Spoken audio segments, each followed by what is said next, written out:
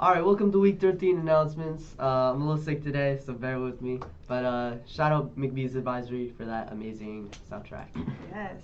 All right. Okay, so for this week's schedule, as you guys know, yesterday we didn't have school. However, continuing throughout the rest of the week, we'll have a normal schedule, early dismissal on Friday. All right, next week schedule is pretty normal, actually. Yeah, pretty normal schedule. All right, birthdays, as per usual. If you know any of these people, go say happy birthday to them. All right, for the sports, boys soccer we got on the 15th at 4:30 and at 6, and cross country CIF preliminaries at the 15th and the 16th. Mm-hmm. All right, lunch for this week. Today is going to be the deep dish pizza. Tomorrow is going to be the turkey nachos. Thursday is going to be a chicken patty sandwich, and Friday is going to be the teriyaki glazed chicken. Stacked week. All right, question of the week review. Does pineapple belong on pizza? The overwhelming majority of you guys said it does, which I do not agree with, but I guess that's what DBS thinks. All right, so for next week's question of the week, what is your favorite fast food restaurant, whether it be McDonald's, Cane's, the ones here, there's In-N-Out too. Yep. So a lot of options. Yeah, let us know what your favorite is. All right, and we have the open mic on the 19th in the atrium at 4 p.m. All right, so if you want to sign up to perform, you can do that, and yeah, make sure to come. Mm-hmm. All right, and then there's also an ongoing song contest. So if you want to write a song for Da Vinci, that's going to be due December 1st, coming up soon. And then the winner for that will be announced December 15th. So if you want to submit a song, submit a song. All right, go follow the WDV Performing Arts page on Instagram. All right, and then math competitors wanted again for CSU Long Beach math competition. It's going to be next year in October.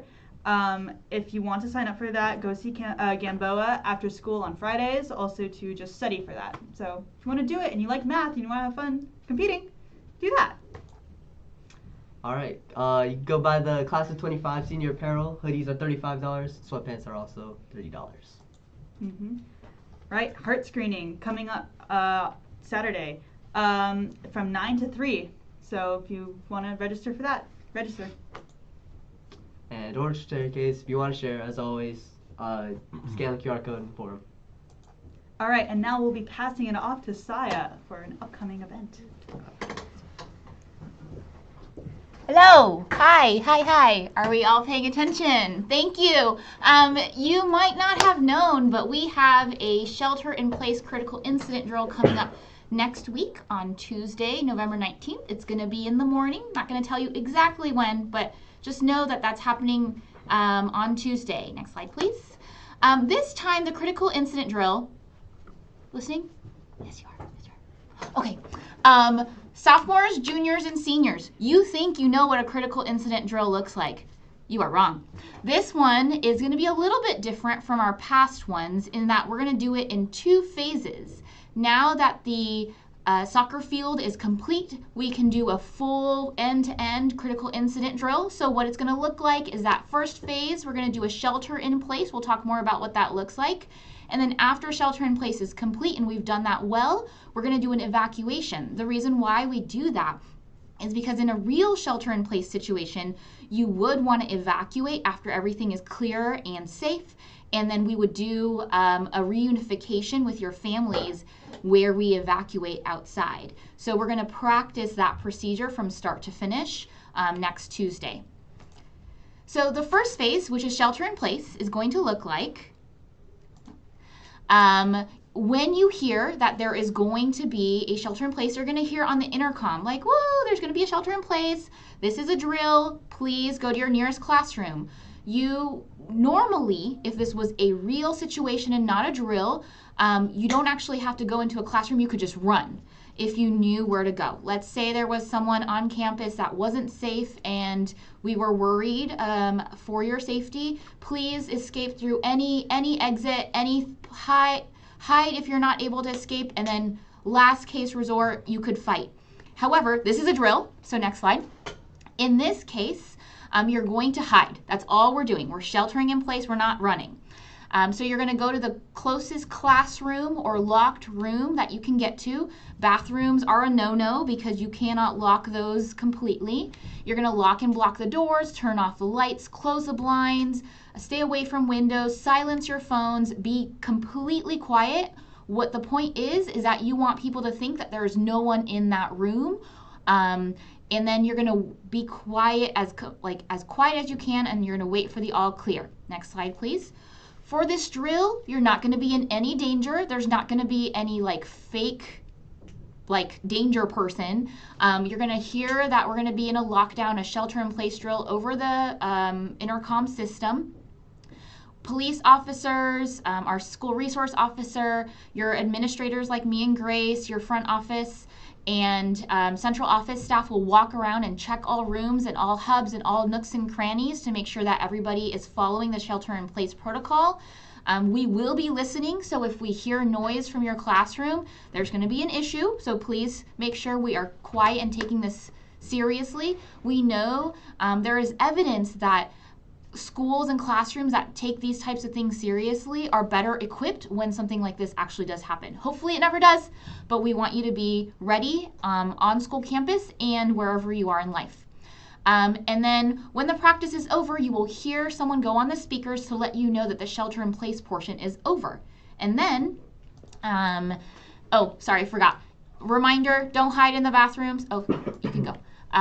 Don't hide in the bathrooms or place that can't be locked. Make sure that you go to a classroom, turn off all lights, blah, blah, blah. Okay, next. When we tell you that shelter in place is over, then you'll hear also on the speakers that it's time to evacuate. We're going to evacuate in the same way that we would evacuate for a fire drill, but because the soccer field is done, we are now not using our alternate locations. So next slide, please. You will look for the yellow letter that you see on top of the phone. If there's no yellow letter on top of the phone in your classroom, remind your teacher that there should be a yellow letter on top of the classroom phone. Okay, and you're going to stay with your teacher the entire time and of the evacuation. Next slide, please.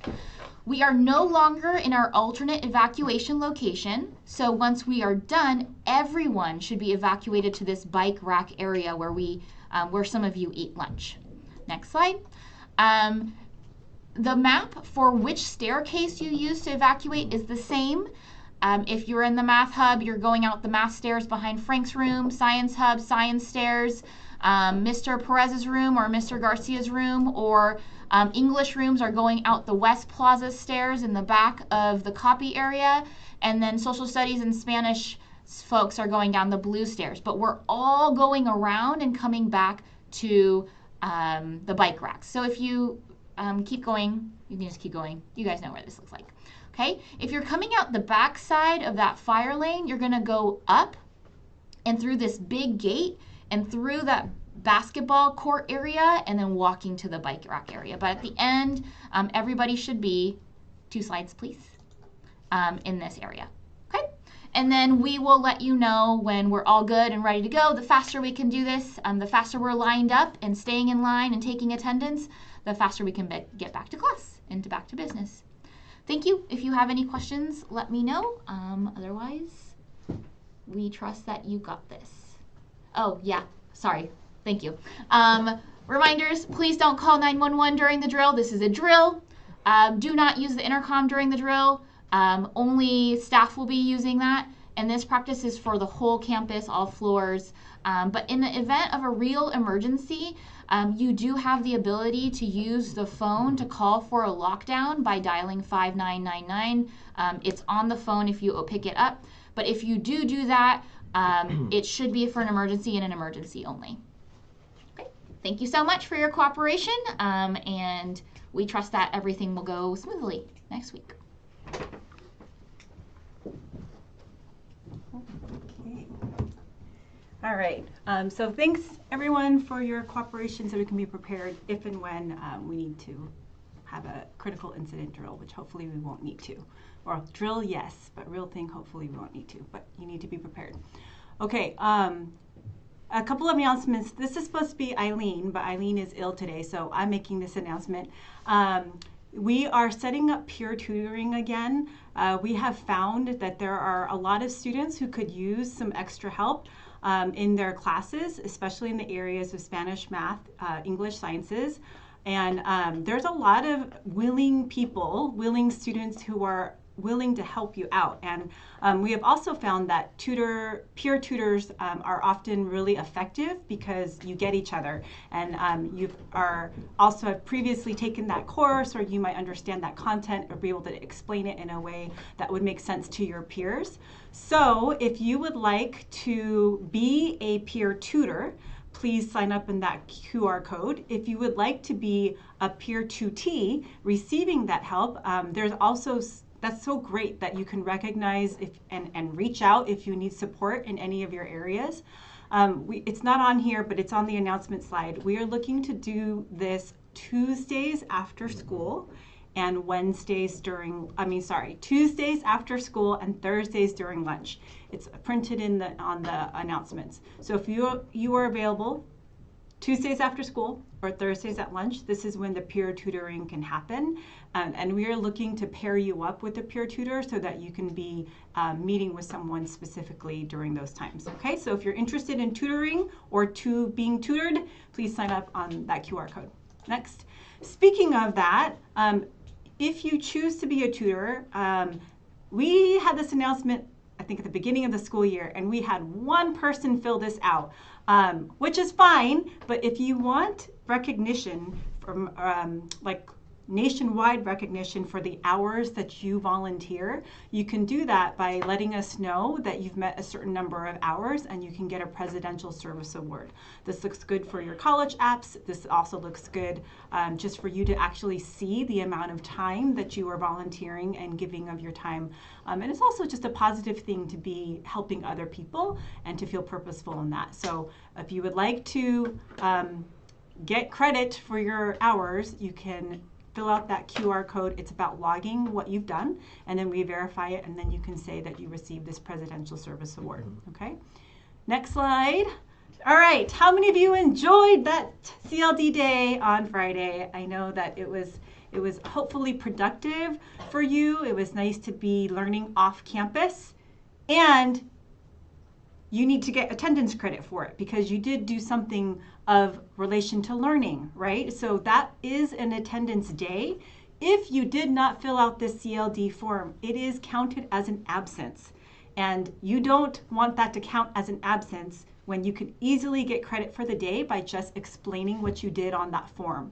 So your teachers, your advisory teachers should have the link to that attendance form. How many of you filled it out already? You already did your nice. You get attendance credit for that day. You're good.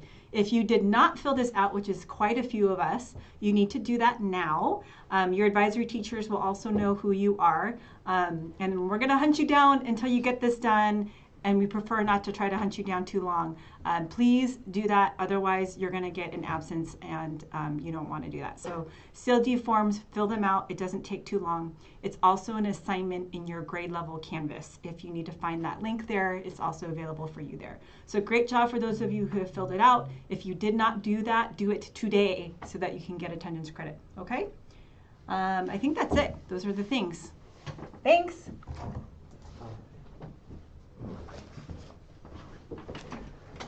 All right, thank you. Here are the QR codes.